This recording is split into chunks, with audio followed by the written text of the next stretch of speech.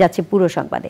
সরকারি চাকরিতে প্রবেশের বয়সসীমা ৩৫ বছর করার দাবিতে প্রধান উপদেষ্টা প্রফেসর ডক্টর মোহাম্মদ ইউনূসের সঙ্গে বৈঠক করছেন সমন্বয়কদের একটি প্রতিনিধি দল। রাষ্ট্রীয় অতিথি ভবন যমুনায় বৈঠকটি চলছে। তবে বাসভবনের সামনে অবস্থান নিয়ে বিক্ষোভ করছেন অনেকে। সেখানে আছেন ইফতেখার উদ্দিন, সরাসরি যাচ্ছি তার কাছে। ইফতেখার, সেখানকার বর্তমান পরিস্থিতি আমাদের জানান।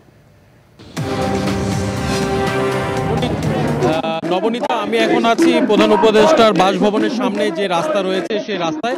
আপনারা এখানে দেখতে পাচ্ছেন যে আন্দোলনকারীরা কাফনের কাপড় পরে এখানে অবস্থান নিয়েছেন। ঘটনার সূত্রপাত যেভাবে হয় সেটা যদি বলতে চাই, যে সকালে শাহবাগে চাকরির বয়সসীমা ৩৫ করার দাবিতে আন্দোলনকারীরা একটি সমাবেশ করে।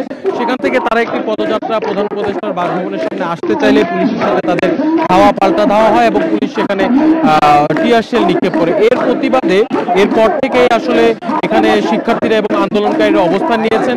তারা কাফনের কাপড় পরে বিক্ষোভ দেখাচ্ছেন এবং এরপর কিন্তু আন্দোলনকারীদের ৬ সদস্যের একটি প্রতিনিধি দল প্রধান উপদেষ্টার বাসভবনে প্রবেশ করেন। সেখানে প্রধান উপদেষ্টার সাথে তাদের বৈঠক হওয়ার কথা। তাদের দাবি যে প্রজ্ঞাপন না হওয়া পর্যন্ত তারা এই স্থান থেকে যাবেন না। আমি যতটুকু জানতে পেরেছি যে কিছুক্ষণ আগে ডাক ও টেলিযোগাযোগ উপদেষ্টা নাহিদ ইসলাম এবং শ্রম এবং ক্রীড়া উপদেষ্টা আসিফ ভেতরে প্রবেশ করেছেন। সেখানে তারা আলোচনা করছেন এবং সেই আলোচনার ফল এখন আমরা জানতে পারিনি।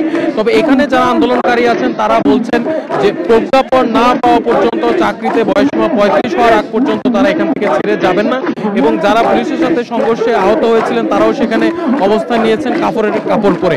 আমি দর্শকদের একটু জানিয়ে দিতে চাই যে এই বিষয়ে একটি আহ্বায়ক কমিটি করা হয়। সেই আহ্বায়ক কমিটিতে একজন সাবেক সচিব এবং বর্তমান সচিবকে সদস্য সচিব করে একটি কমিটি করা হয় এবং এই সুপারিশ কমিটিকে ৭ দিনের মধ্যে এই বয়স বাড়ানোর বিষয়ে তাদের প্রতিবেদন জমা দেওয়ার জন্য বলা হয়। এখনো পর্যন্ত শিক্ষার্থীরা প্রধান উপদেষ্টার বাসভবনের সামনে অবস্থান করছেন। নবনীতা।